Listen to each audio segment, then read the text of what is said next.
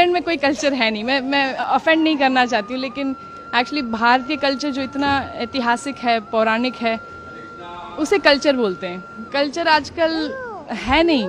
India में भी बहुत तेज़ रफ्तार से गुम हो रहा है कल्चर। हम अभी भी है ऑब्वियसली यहाँ पर, लेकिन एक्चुअली इंग्लैंड में देखा जाए तो अब आजकल बस आधुनिकता में सब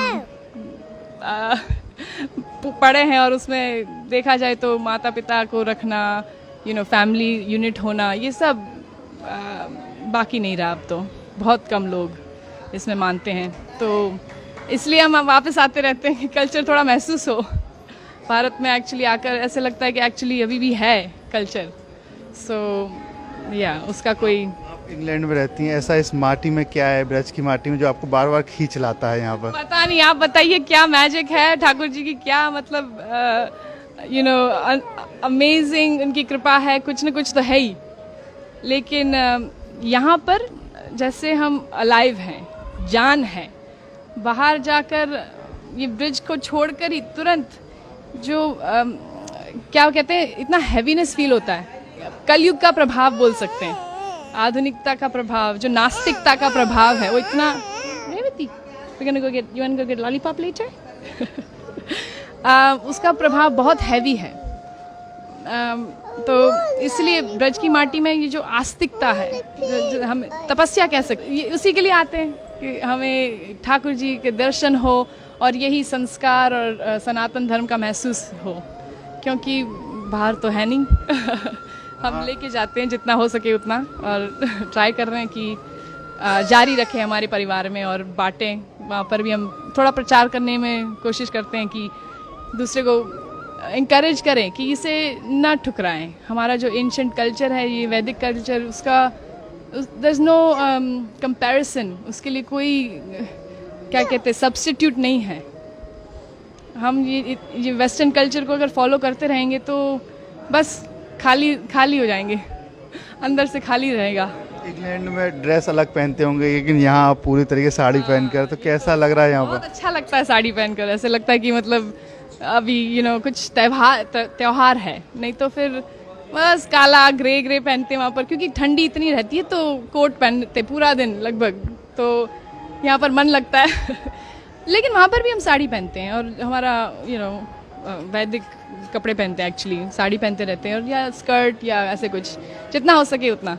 माथे पे आपने जो चंदन लगा रखा है, वहाँ भी लगाती हैं? ज़्यादातर लगाते रहते हैं, क्योंकि देखा जाए तो देखो, मुसलमान कभी ऐसे सोचता नहीं है कि मैं क्यों बुर्खा पहनूं, मैं क्यों ये टोपी पहनूं। सिर्फ हिंदू लोग मतलब डरते हैं, या मेरे को कई हिंदू खुद बोलते कि आप क्यों लगाती हो, बड़ा शो क्यों करती हो, क्या ज़रूरत है आपको शो करना, अपना आस्था को दिखाने की क्या ज़रूरत है। लेकिन मैं कहती हूँ कि एक्चुअली गर्व से हम दिखाते हैं। अगर कोई पुलिस ऑफिसर हो या कोई आर्मी वाला हो, तो वो गर्व से अपने सारे मेडल्स दिखाता है, क्यों, कि मैं आर्मी वाला हूँ।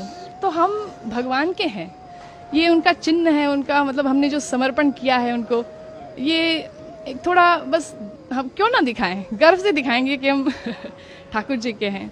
उससे मतलब प्रोटेक्शन मिलता है ऑनेस्टली। मतलब ऐसे सिर्फ दिखावे के लिए नहीं है कि लगाया हुआ है, कि भगवान हमारे साथ है, वो तो है ही हमेशा। लेकिन थोड़ा जैसे हम सिंदूर लगाते हैं अपने पति के लिए, तो भगवान के लिए क्यों ना लगाए, और वो उससे इंटीमेसी लगती है भगवान के साथ, तो उस प्रोटेक्शन भी बहुत महसूस होता है कि नेगेटिवता मतलब जो नेगेटिव है वो एनर्जी थोड़ा दूर रहे। तो क्या करती हैं आप इंग्लैंड में, क्या काम करते हैं? मैं एक्चुअली पार्ट टाइम, मेरे चार बच्चे हैं, आज दो घर पे अभी, और तो पार्ट टाइम मैं संस्कृत पढ़ाती हूँ उन्हीं के स्कूल में।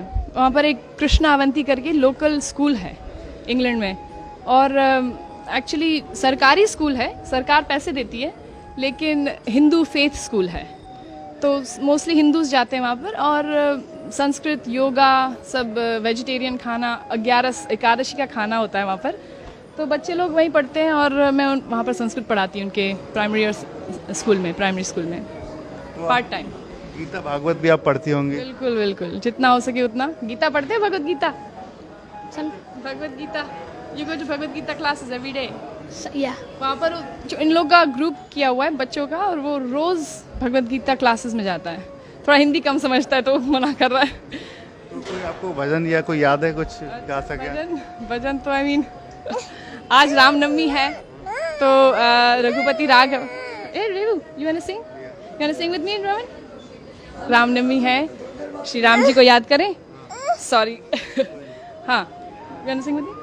रघुपति राघव राजा राम, पतित पावन सीताराम।